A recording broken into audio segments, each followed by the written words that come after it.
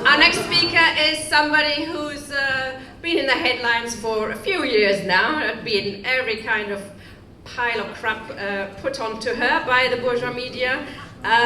If you haven't seen the documentary The Witch Hunt, please do. I've seen it 3 times now so far. It's a brilliant film linking what's going on in the Labour Party at the moment with the tragedy of Palestine. And just like Asa explained, these two are very closely linked. So, Jackie Walker, thank you.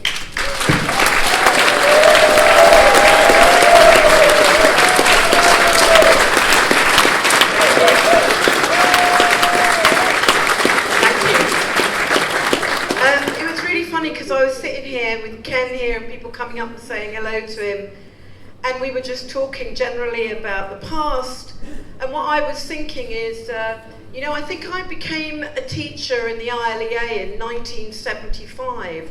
Believe it or not, I was one of the first black teachers in ILEA, 1975. Now that just shows you how much things have changed. So I was there and teaching to benefit from those extraordinary reforms that Ken brought in, not just about race, but about gender and about sexuality. And I remember how papers, rags like the Mail and the Express, tore him to pieces for actually being ahead of the game and being interested in all our liberation. But even more than that, the only way I could buy a home at the time, some of you may remember this, was by a GLC mortgage. I mean, a lot of us benefited like that. Now just think, I want us to just think of the people who have vocally condemned this person. Let's forget the people who've been shamefully silent. I mean, they should be doing a walk of shame. But let's think of the names of those people. John Mann, Luciana Berger, Tom Watson, Margaret Hodge. And I tell you something now. If there was another cable street, whether it was against Jews or against blacks, I know it would be people in this room and people like Ken Livingstone who would be there to defend us and not that mob.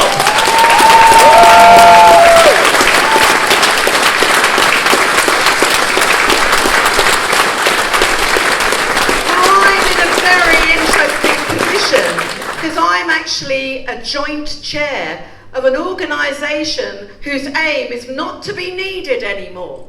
I don't want to waste my time doing this nonsense anymore.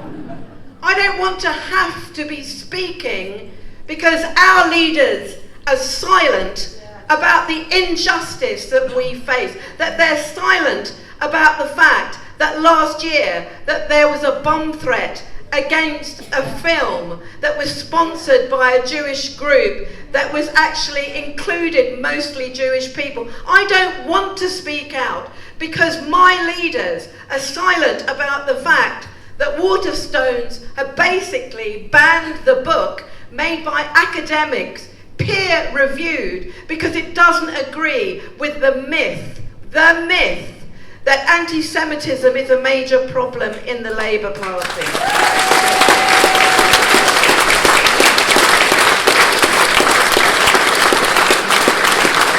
I'm going to work very hard so that we don't have to meet again here. So my story, as many of you know, actually began 3 years ago. I was one of those first to be suspended. And I remember when I did one of those freedom of information things from the Labour Party. And because I was a relatively high profile person, I actually got hold of my pile of documents. And one thing that was written there, and it really sticks in my mind, was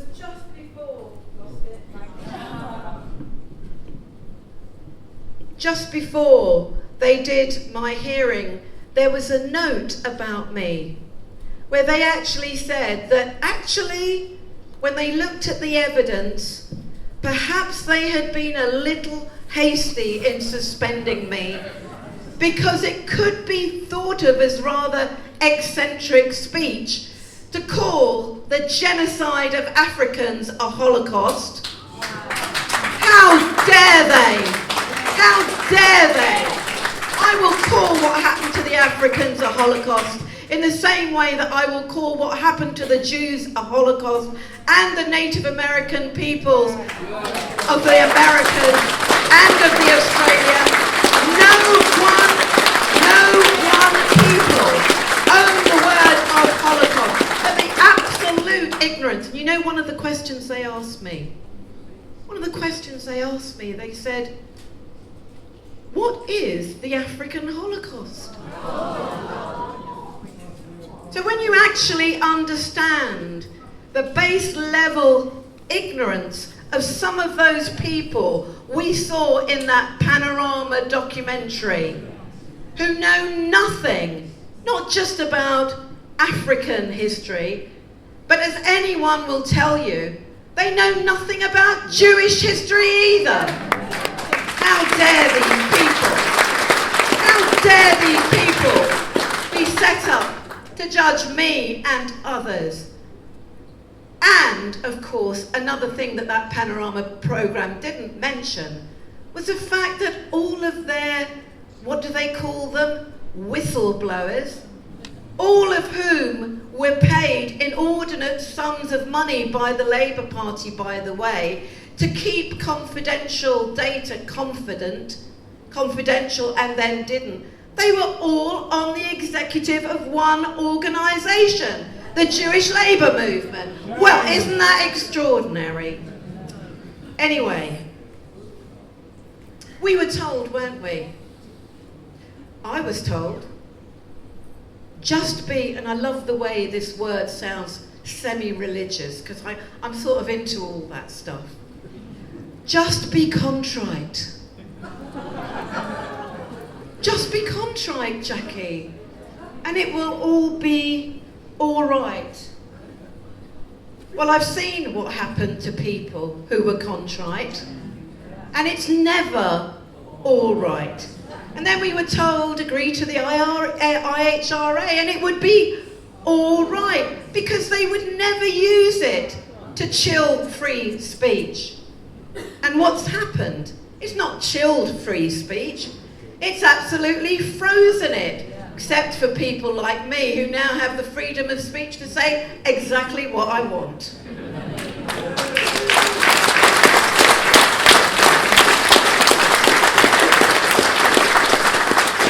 But what we've seen is not the contraction of the witch hunt. We haven't seen the JLM and the Board of Deputies and the Labour Friends of Israel going, you know what, you've agreed to that. I think we'll stop that now, because you're such good people. No, they've ramped it up, and I tell you, from what I know, if anything, it's getting worse. I am amazed at the amount of people who are now talking to me in confidence, because now you're not allowed to talk about it, by the way, and saying to me, I've been suspended.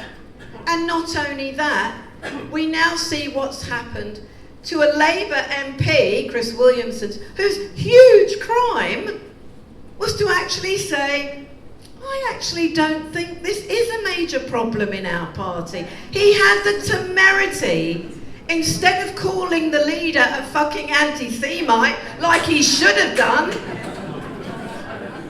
I mean, you know, what was going on in your head, Chris?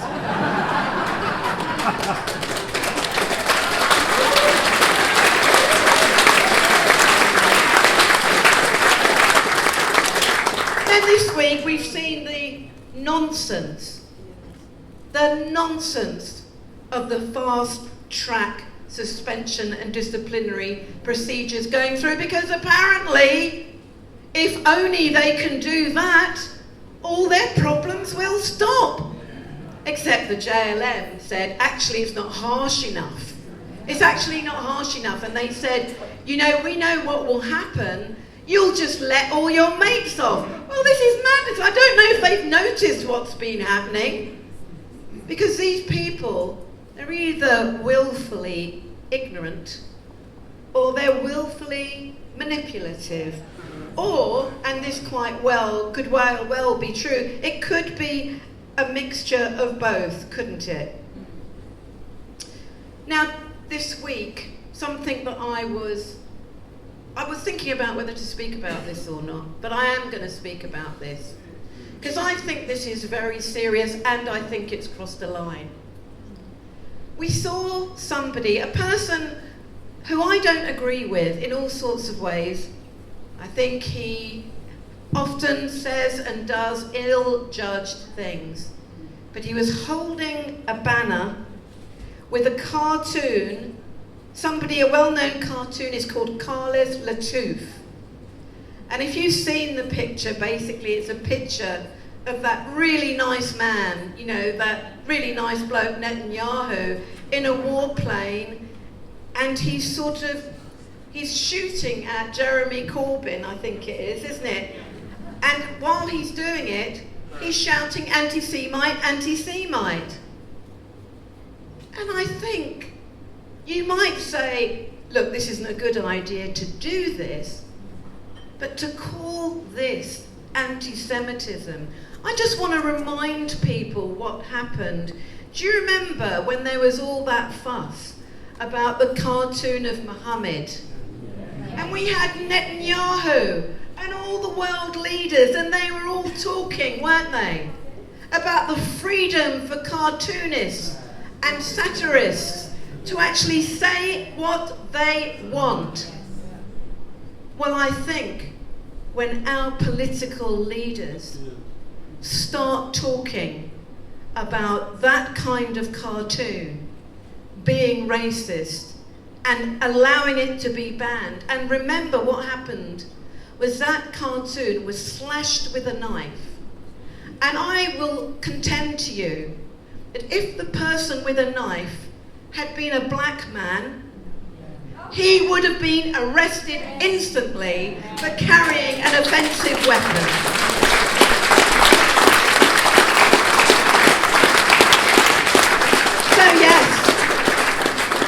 So yes, we've seen she wants me to stop. Yes, we've seen the banning of books, and wasn't it great that a number of people from Brighton managed to get a premises, and that we managed to get this extraordinary programme for a place where we could have actual left free speech, because Momentum no longer gives you free speech. I mean,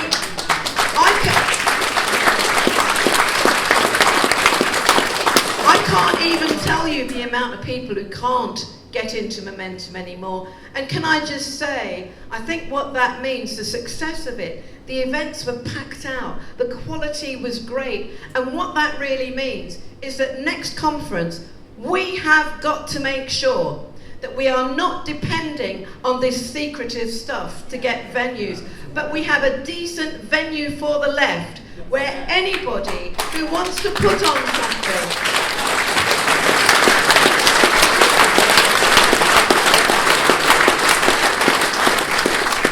be able, as long as they're not racist, and we know what racism is, by the way, they will have access to actually communicate and dialogue with each other, because this ban on free speech, that is the first step towards fascism. Wake up, guys. But can I just put my hand up and say, there's another book that's also going through the same process. I wrote a chapter with Noam Chomsky and 3 academics. It's called The Responsibility of Intellectuals 50 Years On. It comes from a conference that we did. It was published by UCL Press, one of the most prestigious academic press. There's going to be a launch of it on the 29th of October. If you want to come and talk to me. And you know what happened? Guess what has happened? They're getting pressure to close down the launch. So this is not just a one-off, one book. This is actually, they're moving out. They're developing. Not only can they ban people and meetings and cartoons, they can ban books as well. They can even ban films, as Chris knows to his cost. And what do we have to defend ourselves? Well, I'm going to be frank here. First of all, we've got a majority of members of Parliament, supposedly who represent us, who are a load of Blairites. Then we've got a number who are, to be frank, just straightforward cowards.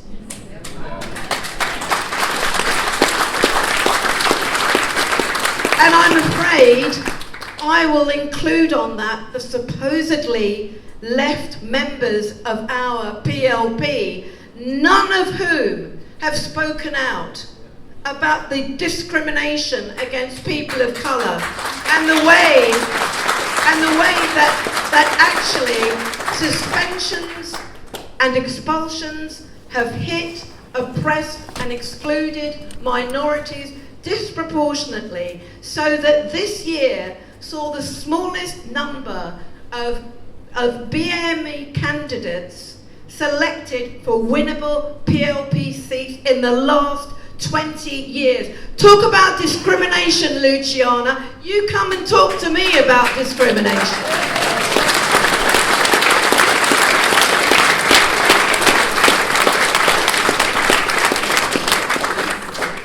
But we cannot. This is so important. And I mean it. This is more important than most people know.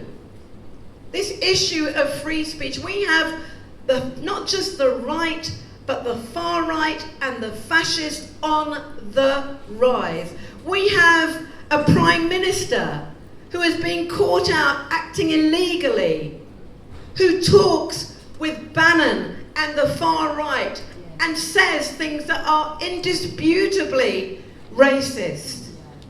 This is the issue that we have to fight on. And if our leaders won't lead on this, then we have to do their job for them. Thank you, comrades.